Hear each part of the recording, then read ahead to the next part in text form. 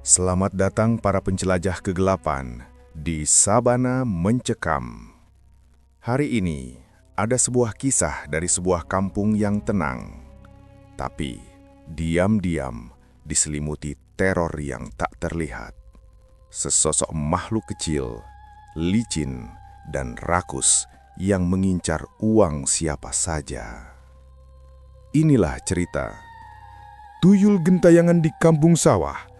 Teror yang mengincar uang warga. Tunggu dulu. Sebelum lanjut, subscribe channel ini agar lebih berkembang dan dapat memenuhi hasrat pengembaraan kalian. Mata yang paling tajam.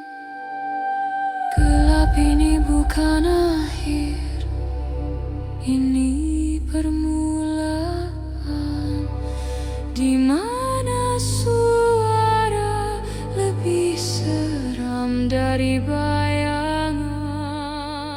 Di sebuah kampung kecil bernama Kampung Sawah, masyarakat hidup sederhana, saling mengenal satu sama lain, dan memiliki tradisi gotong royong yang masih kuat. Di kampung inilah tinggal seorang lelaki bernama Rendra bersama istrinya Sari dan seorang anak kecil berusia 6 tahun bernama Lila. Rendra bekerja sebagai pedagang sembako di warung kecil di halaman rumahnya, sementara Sari membantu menyediakan makanan ringan untuk para pembeli yang sering mampir setiap sore. Kampung Sawah terkenal sebagai kampung yang tenang. Malam-malam di sana biasanya diisi suara jangkrik, sesekali tonggeret, dan tawa anak-anak yang masih berlarian sebelum diusir sepulang maghrib. Namun beberapa minggu terakhir, ketenangan itu berubah. Warga mulai mengeluh kehilangan uang dalam jumlah kecil tetapi sering. Ada yang kehilangan 5.000 dari dompet di dapur. Ada yang kehilangan 20.000 dari kantong baju yang digantung di paku dinding. Ada pula yang kehilangan kembalian dagangan yang baru saja dihitung sore sebelumnya. Awalnya warga mengira ulah anak-anak kampung yang jahil. Namun lama-kelamaan kehilangan itu semakin sering. Bahkan uang yang disimpan di laci, di bawah bantal, dan di tempat-tempat tersembunyi pun ikut hilang. Hal itu membuat warga gelisah. Mereka menuduh satu sama lain tanpa bukti, membuat hubungan antar tetangga yang dulu akrab menjadi renggang. Rendra menjadi salah satu yang paling merasakan dampaknya. Dalam 2 minggu, ia kehilangan hampir 100.000 rupiah dari warungnya. Setiap kali menghitung hasil jualannya, angka yang didapat tidak cocok. Laci kas selalu terlihat seperti ada yang mengacak isinya. Gantungan kunci laci pun beberapa kali ditemukan bengkok seperti dicongkel. Dalam hati, ia mencoba tetap tenang dan tak ingin menuduh siapapun. Namun bagaimanapun juga, 100.000 bagi seorang pedagang kecil cukup berarti. Sari yang membantu memeriksa ulang hitungan merasa ada sesuatu yang aneh. Mereka menutup warung lebih awal setiap malam dan memastikan laci terkunci rapat. Suatu malam, ketika angin bertiup agak kencang dan pohon kelapa di samping rumah bergoyang pelan, Rendra duduk di bangku bambu depan warung sambil merokok. Lampu jalan yang tidak begitu terang membuat suasana sedikit suram. Dari jauh, terdengar suara anjing beberapa kali menggonggong ke arah kebun kosong di belakang rumah warga. Rendra merasa malam itu berbeda. Udara agak dingin dan bulu kuduknya berdiri tanpa alasan. Ia memutuskan masuk ke warung untuk menghitung kas yang hari itu ia tutup lebih awal. Ketika ia membuka laci, ia tertegun.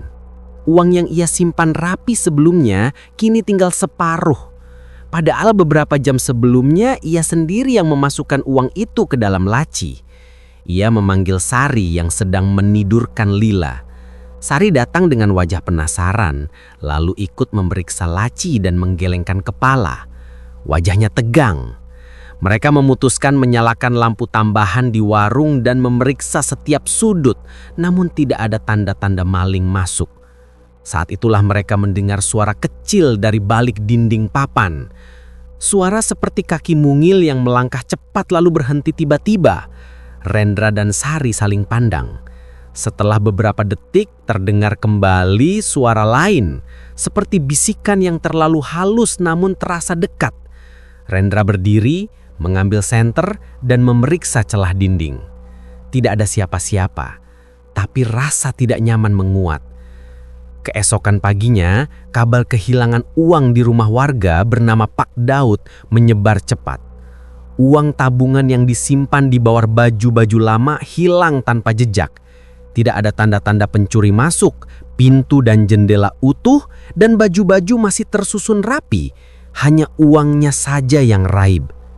Semakin banyak kehilangan serupa terjadi, semakin banyak warga yakin bahwa itu bukan ulah manusia. Mulailah terdengar desas-desus tentang tuyul. Sebagian warga yang lebih tua mengangguk-ngangguk, sebab menurut mereka dulu pernah ada kejadian serupa ketika kampung masih jauh lebih sepi. Tuyul menurut mereka biasanya mengambil uang bernilai kecil, namun rutin, karena itu kebiasaan makhluk tersebut. Walau awalnya banyak yang tidak percaya, semakin banyak bukti membuat warga tak bisa mengabaikan lagi. Anjing-anjing kampung sering menggonggong pada jam 3 dini hari ke arah rumah tertentu. Bayangan kecil berlari-lari di kejauhan beberapa kali terlihat oleh penjaga kebun. Orang-orang mulai takut keluar malam, bahkan anak-anak dilarang bermain terlalu lewat sore. Rendra yang awalnya skeptis mulai menerima kemungkinan itu. Ia teringat suara langkah kecil malam sebelumnya. Ia juga teringat beberapa kali mendapati gula pasir dan tepung tumpah sedikit di lantai, seperti ada tangan kecil yang tak sengaja menyenggolnya. Ia tak ingin menakut-nakuti keluarga, tetapi dalam hati percaya bahwa sesuatu memang sedang berkeliling di kampung tanpa dilihat jelas. Suatu malam, Rendra memutuskan berjaga di warung lebih lama. Ia duduk dalam gelap, hanya diterangi lampu kecil di sudut.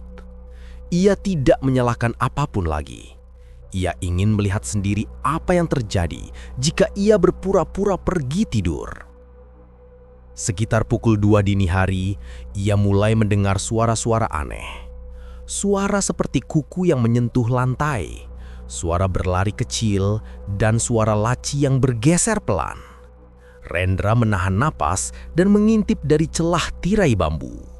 Di situ ia melihat sesuatu bergerak cepat, sangat cepat. Sesuatu kecil, kepalanya besar dan botak, tubuhnya mungil dan kulitnya terlihat pucat kekuningan. Mata kecilnya berkilat seperti kucing saat terkena cahaya.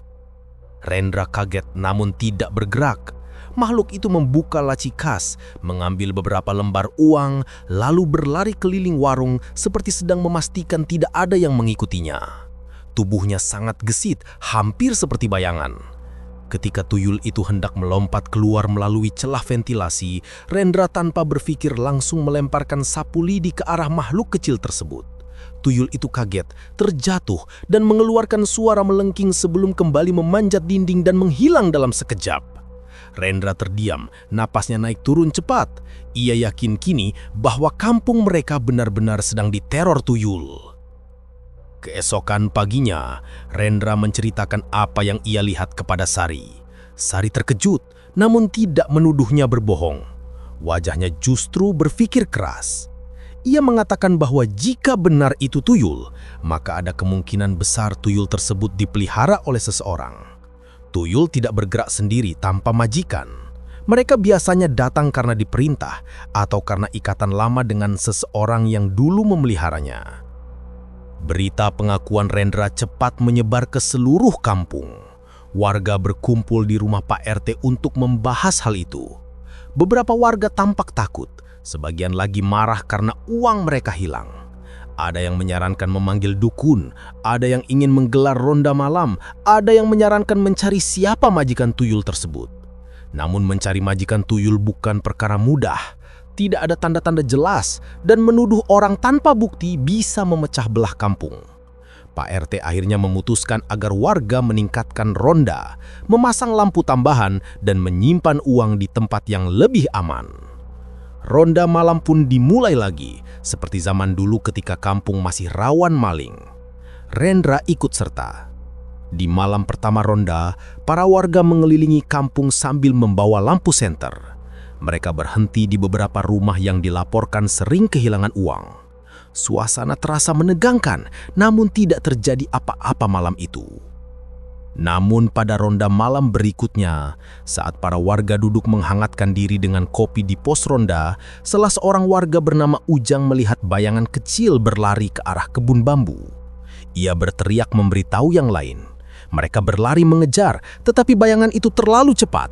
Mereka hanya mendengar suara dedaunan seperti tersibak sesuatu yang kecil dan gesit. Keesokan harinya, warga menemukan jejak kaki kecil di tanah basah dekat kebun bambu. Jejak itu tidak seperti kaki anak manusia. Bentuknya bulat dengan 5 jari kecil yang aneh. Jejak itu semakin meyakinkan warga bahwa mereka sedang berhadapan dengan tuyul sungguhan. Ketakutan semakin menyebar. Anak-anak tidak lagi bermain bebas. Para ibu menyimpan uang di kaleng-kaleng logam yang ditutup rapat. Para bapak memasang gembok tambahan di pintu dan jendela. Namun meski sudah berhati-hati, kehilangan masih terjadi. Rendra merasa harus melakukan sesuatu. Ia tidak ingin kampungnya terus dihantui rasa takut.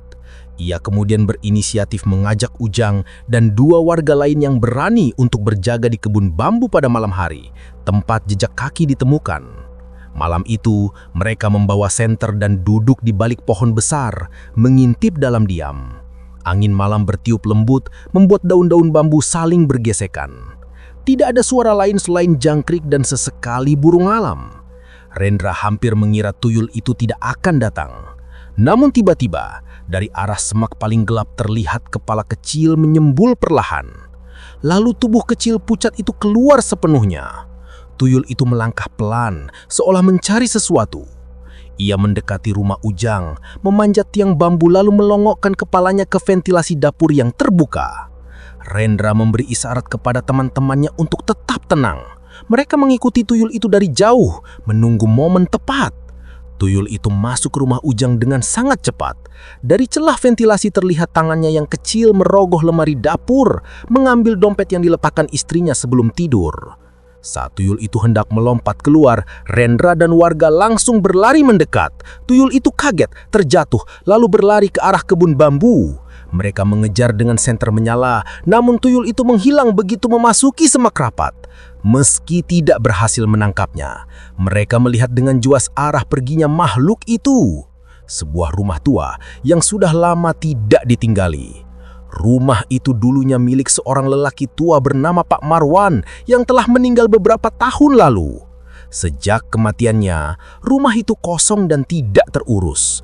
Warga jarang mendekatinya karena suasana di sekitar rumah itu terasa angker. Rendra dan warga mulai curiga. Mereka merasa mungkin tuyul itu dulunya dipelihara oleh Pak Marwan. Jika benar, maka tuyul itu kini berkeliaran tanpa majikan dan mengincar uang di kampung. Malam berikutnya, warga kembali mengadakan ronda. Kali ini berkumpul lebih banyak di sekitar rumah kosong itu. Mereka menunggu dengan sabar, hingga akhirnya pada tengah malam suara kecil terdengar dari dalam rumah tua. Rendra mengetuk pintu dengan hati-hati, memanggil. Tidak ada jawaban. Namun setelah beberapa saat, pintu itu perlahan bergerak sendiri, seperti ada angin mendorongnya. Dari balik pintu gelap itu, sebuah suara kecil terdengar, seperti suara anak yang menangis pelan. Tuyul itu keluar, memeluk sesuatu yang tampak seperti uang yang ia kumpulkan. Namun malam itu berbeda. Tuyul itu tidak lari. Ia hanya berdiri memandangi warga dengan mata kecil yang tampak bingung dan takut. Rendra melangkah maju, berbicara dengan hati-hati. Ia mengatakan bahwa warga tidak ingin menyakitinya, tetapi kampung sudah resah. Ia meminta agar tuyul itu berhenti mengambil uang warga.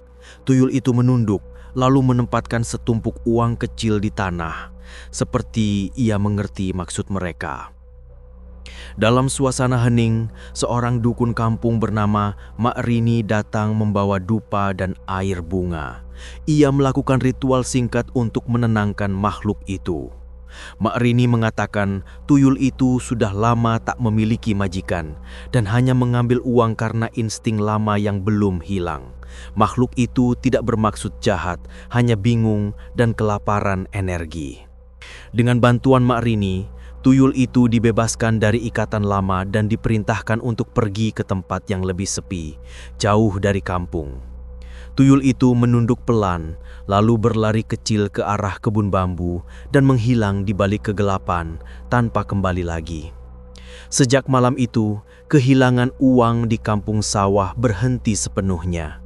Warga bisa bernapas lega. Mereka kembali beraktivitas seperti biasa. Anak-anak kembali bermain dan suasana kampung menjadi hangat seperti dulu. Rendra merasa bahagia melihat kampungnya pulih dari ketakutan. Warungnya kembali ramai dan ia serta Sari dapat bekerja tanpa rasa was-was. Kampung sawah kembali menjadi tempat yang damai, dengan warga yang saling mendukung dan menjaga satu sama lain. Dan sejak itu, mereka percaya bahwa menjaga kerukunan dan kebersamaan adalah perlindungan terbaik bagi kampung kecil mereka.